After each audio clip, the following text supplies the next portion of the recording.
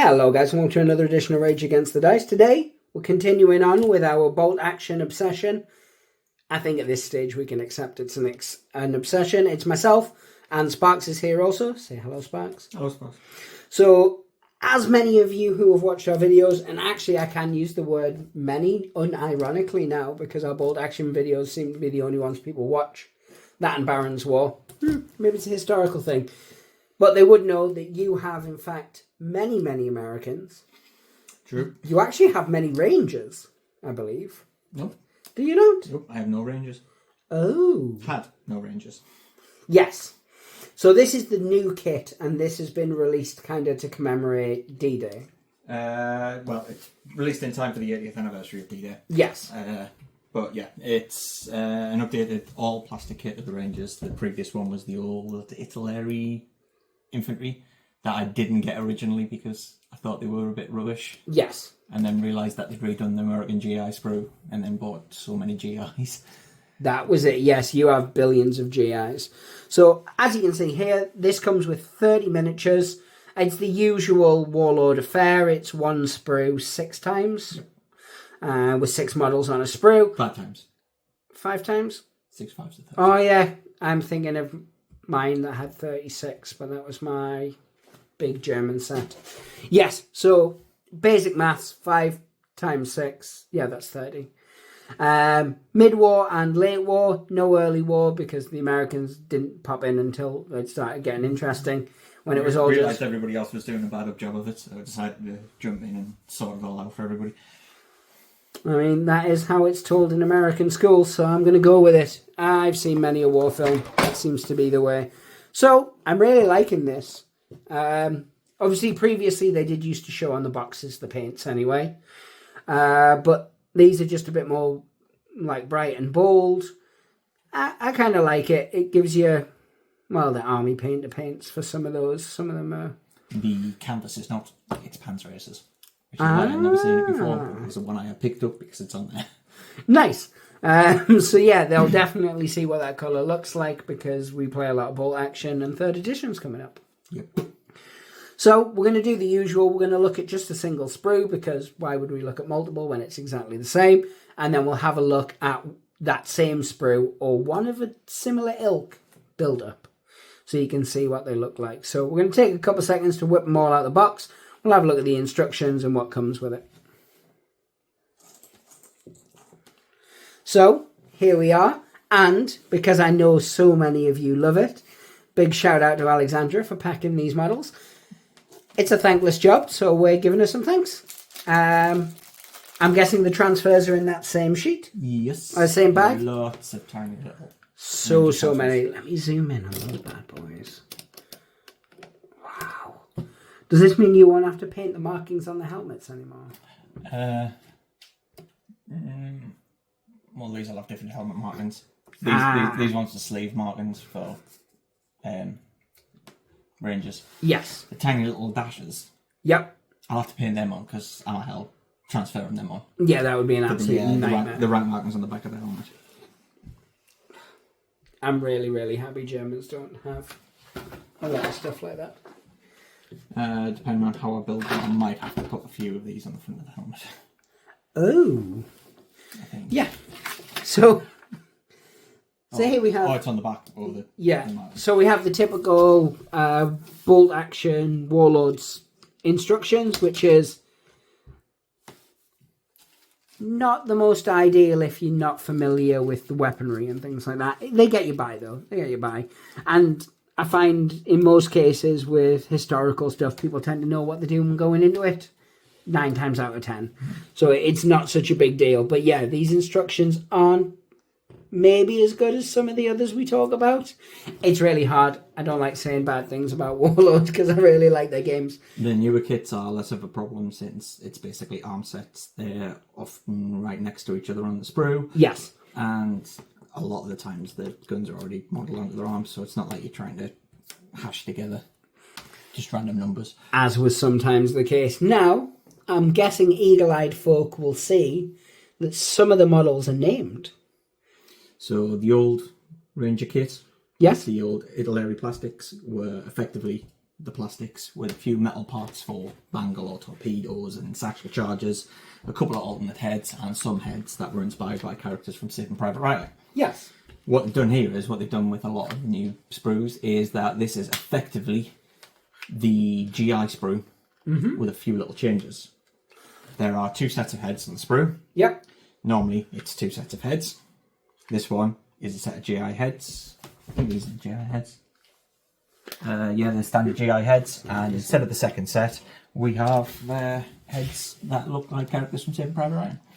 Very much like my British Africa Corps stuff, where you can buy the Commonwealth stuff. Is it the Commonwealth stuff? And it's the Commonwealth infantry in there. Yes, it's essentially the same sprue, but there's different heads, which is a good idea. Italians as well. Yes, the Italians are the same. And helmets and feathers for Albini. Yes. So you can make the characters from Saving Private Ryan, which is good. I'm a fan. I made that sound very disingenuous. It is one of my favourite war films. Yeah. I don't know why. And even if you don't, or you just mix the heads in anyway, well, they just look like dudes in American uniforms. Just humans, which is a thing. So what we'll do is we'll stop the tomfoolery and we'll have a look at what actually comes on the sprue. So, as we said, there's your instructions. These are what each one are numbered. So yeah, they are a lot easier than they used to be. You're not jumping like 2/3 around the sprue or anything like that to try and find your different bits. But as always, Sparks is going to go through and he's going to tell us some of the intricacies of the sprue, because that's why people are watching, basically. So because the uniforms are pretty much identical, you could use these to build GIs as well. It's Nice. a matter of painting them and putting different transfers or different markings on. What makes this kit better than the GIs, instantly, Springfield rifle. The GIs did not come with a sniper. No, you had to convert one. This has got an actual sniper rifle built into the sprue because of Jackson Saving Private Ryan. Yes. So you've got the parts to build him. You've got your standard Garands and carbines. The BAR's the same. The bazooka's still on there. With loader arms, you have new to this kit, instead of, I think it's another rifle or maybe it's bags, you've got a satchel chargers and Bangalore torpedoes, which are great because everybody needs more engineers. Yep. Early and late war backpacks, canteens, bags. There's the map case for officers, hand axes, stick backs for Thompsons, fighting knives, picks for engineering duties. I hope to see some of those axes on tanks at some point, because stowage is king. Honestly, those axes probably go on Necromunda Hive Scum, because I always need more stored axes. Ooh, that is a very good point, actually. That is a very, very good One point. problem with this sprue, Yes. it's quite similar to the GI sprue in that you need more left arm options, because you have a lot of right arm options for a satchel charge and Bangalore torpedoes and ammo bag for the bazooka and other things, grenades. But your left arm option is a Macet bag or that one arm with a slung M4. I think I had a similar issue with the French, if I'm honest. So if you want to actually give your guy a rifle and something else, it's always this arm. Yes. Which is annoying. Yeah. Another problem, this arm. This arm's also on the GI sprue. It's a left hand holding a helmet. The GI sprue comes with a head in a field cap. Yes. So it makes sense of why he's carrying a helmet. Yeah, you can instantly see the problem with this sprue. There's no field caps on this sprue because it's normally there on the GI sprue. So what you're saying is somebody's going to have double helmet. Yes. Helmet on a helmet. Now that is rare during World War II.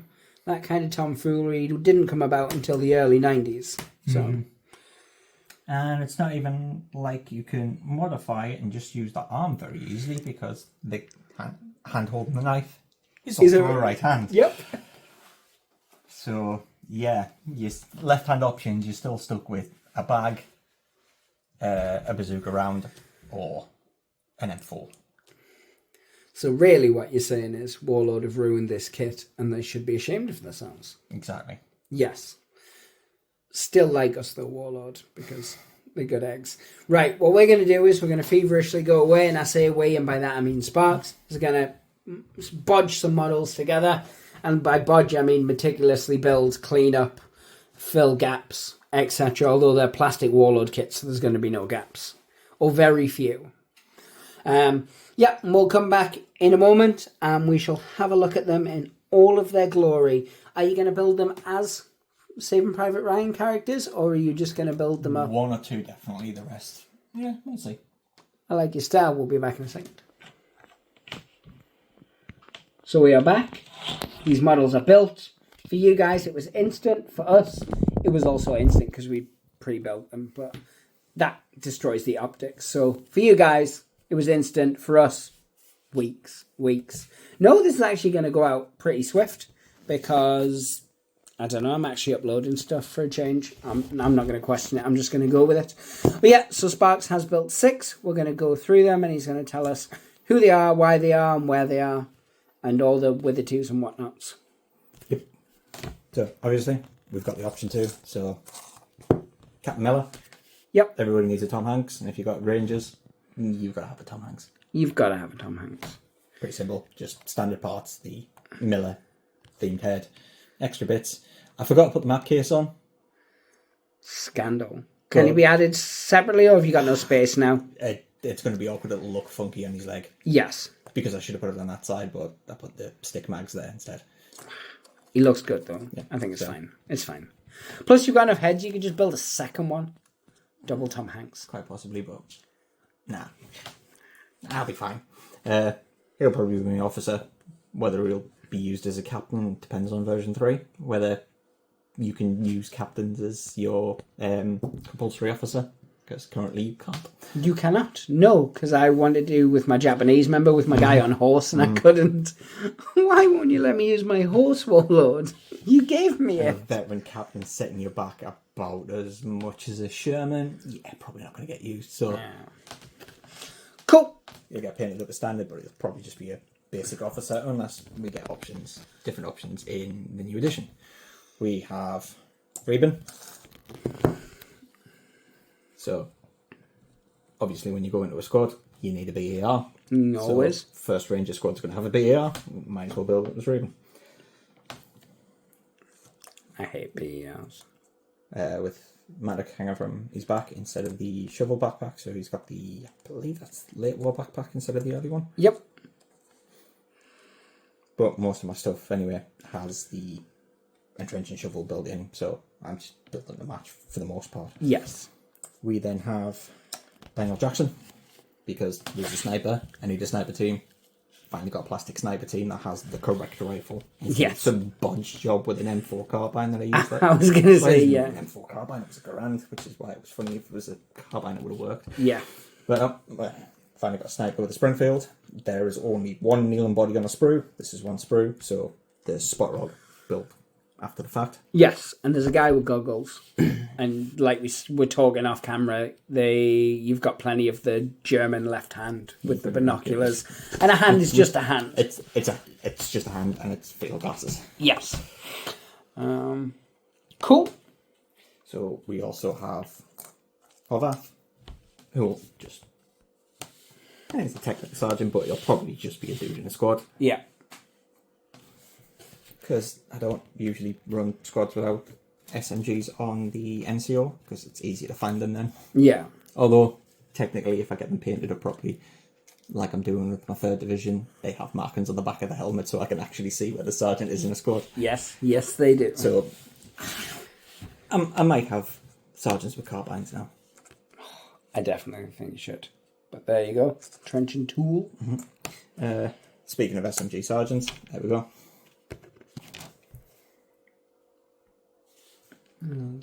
Dude with a cigar and a bag.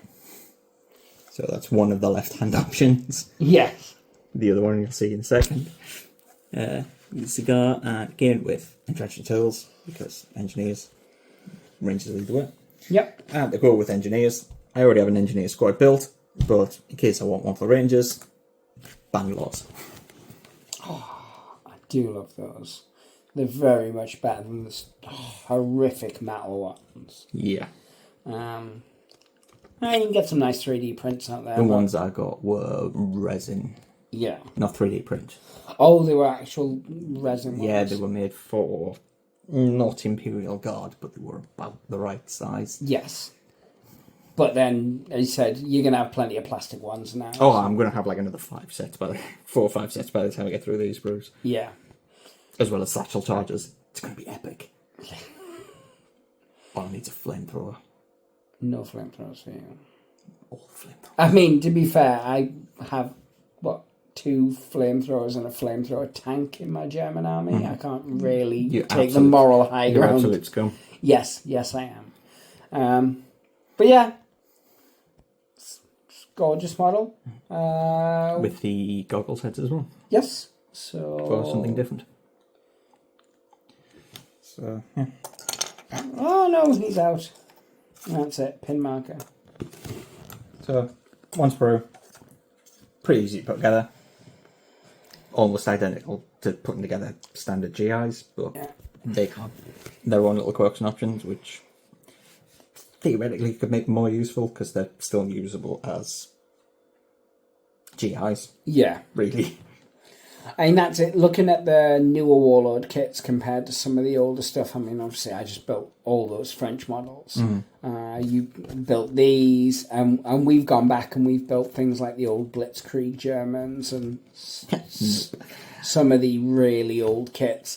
And the difference is night and day between them. Yeah. Like the way hands go on, there's very little in the way of nightmarish trying to line hands up with guns, cutting off parts of models to fit guns in hands and things like that.